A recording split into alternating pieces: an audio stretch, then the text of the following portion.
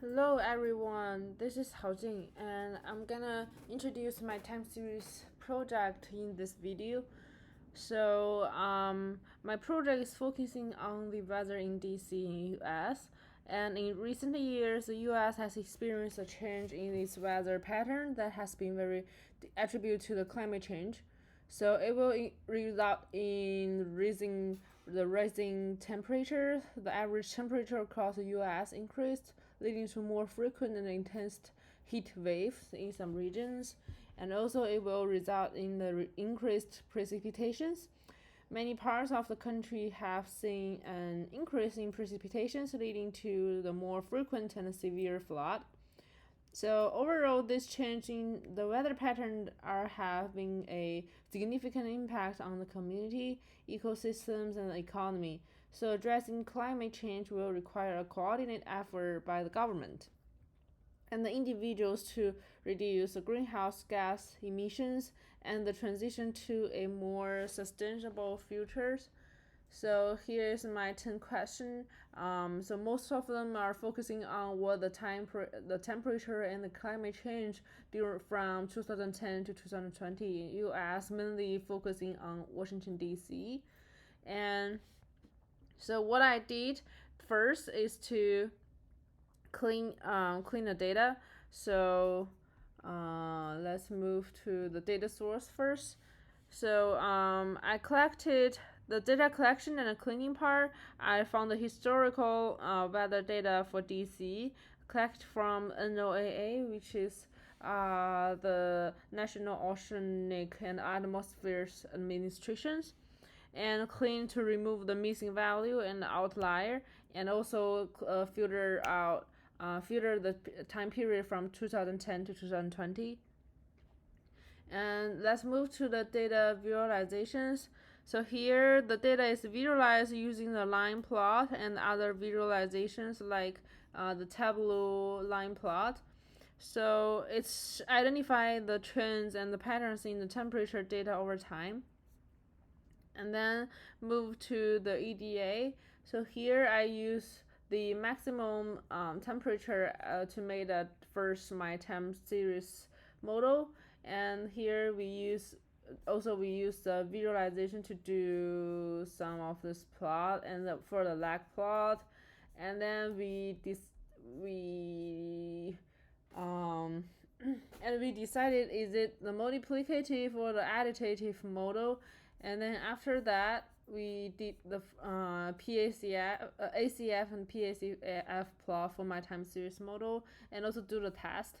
And at the end, the conclusion will be the and also we oh and also I choose the MA smoothing, which I choose 30 days and also the 1 years. And then the result showing that the 1 year's curve is much smoother than the other two, while the 7 days curve can be like capture more detail. And then I'm doing the temperature. I'm moving to the time series modeling. So the temperature data is fitted to an ARIMA model. First is ARMA model, and then move to the ARIMA models. And so here is how to fit the ARIMA model to codify the pattern and the trend in data. And also the model is evaluated using the statistical metrics such as the AIC and BIC. So as you can see here, so first what I do is to choose there's such different model can be used for the time series model, so including the ARIMA. So the first one, so for the time series project on weather in DC, we are trying the ARIMA model, will be a good choice. So let's move to part. So the ARIMA model is a linear regression model that takes into account the autocorrelations and seasonality of the data. And the autocorrelation refers to the correlations between the values of the time series at different time point, while the seasonality refers to the periodic fluctuations in the data. So a ARIMA model that has three components, AR, I, and the MA. So here I shows how the process doing to decide it what the number for AR and integrations and the moving average. And then also we are for the PDQ. So P is the order of AR, D is the order of I component, and the Q is the order of MA component. So I also determine the order of difference in D required to make the data stationary, and also determine the order of the AR and MA component by examining the ACF, PACF part. And also I feed the ARIMA model to a data using the maximum likelihood. So this involves the estimating the parameter of the models that maximize the sum of the square error. So let's move to the financial time series models. I use for the financial time series model, I use the Amazon stock price. And what we did here is to feed a time series plot for the Amazon stock, and using the check the stationarity and take the log returns, and then what we got here is the ARMA 10 and the GARCH 11 model will be the best to return the Amazon stock in the futures.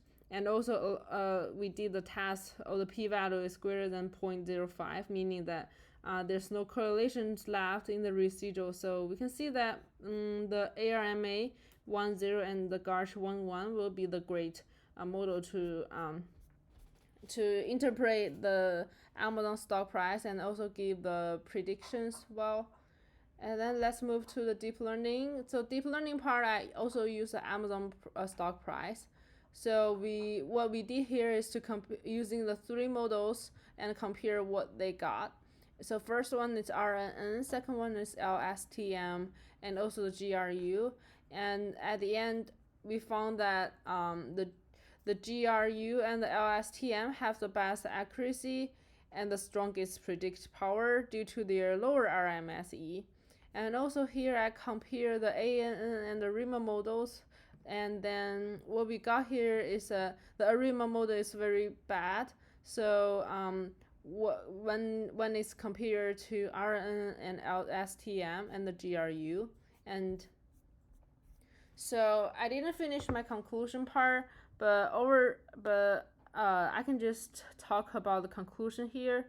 So it's mainly that the analysis of the historical weather data reveals that the temperature in DC have been very increasing over time, with an average increase in 0.5, and